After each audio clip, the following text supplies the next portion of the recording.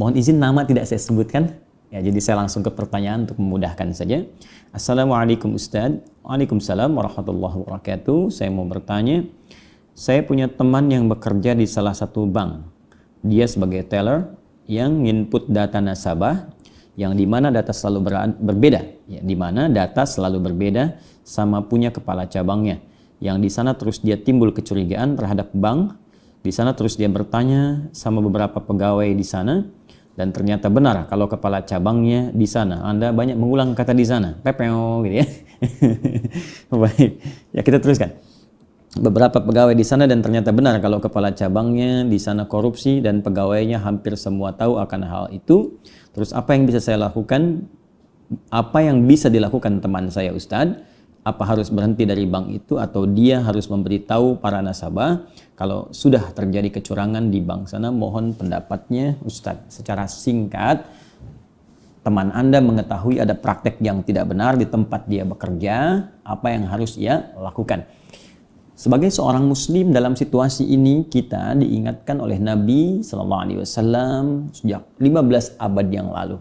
Dan pengingat dari Nabi tentunya berupa petunjuk dari Allah Subhanahu wa taala, karena Nabi tidak mungkin memberikan sebuah petunjuk dalam kehidupan kecuali atas petunjuk Allah. Wa ma yantiqu 'anil hawa in huwa illa wahyu yuha. Dan Nabi tidak berkata dengan nafsunya, tapi bimbingan wahyu yang disampaikan oleh Allah Subhanahu wa taala untuk diteruskan oleh beliau. Dalam hadis riwayat Muslim tersambung pada sahabat Abu Sa'id Al-Khudri dari Nabi sallallahu alaihi wasallam, beliau menyampaikan, man ra'a minkum munkara falyughayyir biyadihi fa in lam yastati' fa bilisanihi fa in lam yastati' fa biqalbi fa huwa adhaful iman. Baik, Nabi menyampaikan siapapun yang menyaksikan satu kemungkaran, ya, mungkar. Jadi ada fahsya, ada mungkar. Ya, fahsya keburukan yang lahir lewat syahwat nafsu. Ya, maaf, zina, pornografi, porno aksi, LGBT itu masuk kategori fahsya. Baik, mungkar, keburukan yang muncul dari nafsu perut dan akal. Ya, mencuri, korupsi, tadi rampok, membunuh, membegal, ya, berdusta dan semacamnya, itu mungkar yang diingkari oleh hati kita, yang ditolak. Nah, maka jika Anda menyaksikan perbuatan itu, falyughayyir, maka hendaklah Anda berpartisipasi untuk menghentikan itu. Merubah sehingga yang mungkar ditinggalkan, yang ma'rufnya datang. Maka apa yang pertama harus dikerjakan? Biyadi. Kalau dia mampu dengan tangannya. Tangan ini gambaran majas dalam bahasa Arab itu bisa diartikan kekuatan. Jadi seringkali di kalimat bahasa Arab itu banyak majaznya, banyak kiasannya. Karena ini menunjukkan tingkat bahasa dengan strata bahasa yang indah, yang tinggi. Ya, makanya Anda sering pernah dengar istilah begini, tangan di atas lebih baik daripada tangan di bawah. Itu kan hadis Nabi. Ya, al-yadul uliya khairum minal yadis sufla. Tangan di atas lebih baik daripada tangan di bawah. Artinya bukan tangannya di atas begini. Nah, jadi kalau ada peminta-minta, mintanya pakai tangan di atas. Bukan begitu maksudnya. Ya. Jadi memberi lebih baik daripada Anda seringkali meminta. Dijadilah pemberi. Jadi sukses untuk memberi. Nah, di hadis konteks mungkar ini pun, falyughayyir biyadi, rubah dengan tangan. Maksudnya kekuatan, ya, kemampuan. Jadi kalau Anda punya kemampuan, rubah dengan kekuatan Anda. Nah, kalau posisinya bisa melakukan itu. Nah, kalau tak mampu, fabilisani, dengan lisan. Ingatkan, ya, sampaikan. Kalau Anda punya kemampuan, tadi kepala cabangnya di atasnya, ya, sampaikan saja. Ya, bahwa ada sesuatu yang tidak tepat. Kalau dirasakan misalnya sulit, maka Anda mencari jalan lain. Nah, misal Anda infokan kepada bagian di atas kepala cabang itu. Ya, misalnya ke pusat, ya, Anda sampaikan datanya. Ya, Anda misalnya samarkan, diteruskan ke pusat, berikan data-datanya untuk dievaluasi, untuk ada misalnya, ya, supervisor dari pusat untuk mengaudit kembali. Diaudit, dicek, dilihat apakah ada kejanggalan-kejanggalan atau tidak. Dan Anda berpartisipasi sih dalam kebaikan.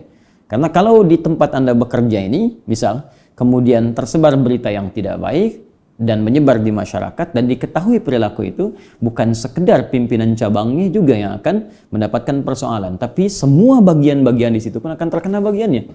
Bagaimana kalau kemudian ditarik, ya, nasabah menarik semua tabungannya dari situ, tidak ada percaya, maka Anda pun akan dapat bagian keburukannya. Karena itu ada beberapa keburukan-keburukan itu yang keras diingatkan, bahkan diberikan sanksi, ancaman sanksi yang kuat di dalam Islam, karena dampaknya bisa menyebar kepada masyarakat bahkan yang tidak berbuat. Ya, bahkan yang tidak berbuat. Dan ini sebetulnya sudah logis, dalam hukum positif kita pun seperti itu. Ya, kenapa narkoba misalnya hukumannya lebih berat? Kenapa pembunuhan itu berat? Ya, kenapa hukumannya begitu tinggi dan berat? Karena memang dampaknya kepada orang lain itu bisa luas.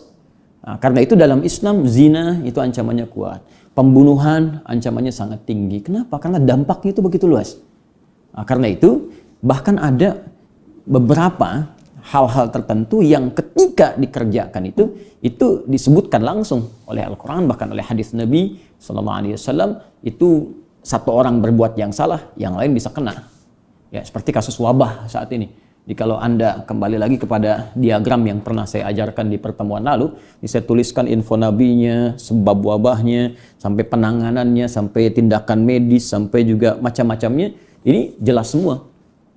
Apa di antara penyebab wabah itu? Salah satunya ada yang terkait dengan perbuatan-perbuatan buruk yang dilarang. Bahkan di hadis-hadis Nabi banyak. Kata Nabi, kalau sudah fahisyah, perbuatan buruk, ya fahisyah itu kayak zina, gitu kan? Itu sangat dianggap mudah sampai di mana-mana orang melakukannya, itu potensi wabah terjadi. Yang zina 1-2 orang, yang kena penyakitnya bisa menular. Ya. Kemudian makan makanan salah konsumsi, makanan yang diharamkan, makanan yang kotor, yang nggak boleh, yang makan 1 orang. Tapi mutasi virusnya itu bisa menyebar. Ya, kalau dengue misalnya, demam berdarah itu dari nyamuk. Ya, nyamuknya gigit, ya, kemudian mutasinya baru dari hewan ke manusia. Ya, ini ada wabah yang ya seperti corona yang kita hadapi sekarang. Ya, dari hewan ke hewan pertama. Kemudian mutasi kedua, hewan ke manusia. Mutasi ketiga, manusia ke manusia. Nah, itu yang sudah semakin parah gitu ya. Karena itu kita berdoa. Pertama berikhtiar tentunya supaya semua ini bisa diatasi, kemudian berdoa kepada Allah Subhanahu wa taala. Jadi yang tadi jangan dibiarkan. Ya, Anda bisa melihat tingkatan iman Anda di mana. Kalau Anda mampu sampaikan kepada pimpinan dengan cara yang paling baik, cara paling bijak, dengan niat yang tulus, bukan niat untuk menjatuhkan tapi niat mengoreksi. Karena semua pekerjaan kita kembali kepada niat. Ya, jadi itu bagian pertama. Kalau tak mampu Anda dengan lisan, ya, sampaikan kepada teman-teman yang tahu tadi, ya. Kemudian kalau tak mampu pula dengan hati, tapi itu serendah-rendahnya iman. Tinggal ditanyakan iman Anda berada di tingkat yang mana. Jangan sampai tidak ada iman sama sekali. Wallahu taala alam bissawab.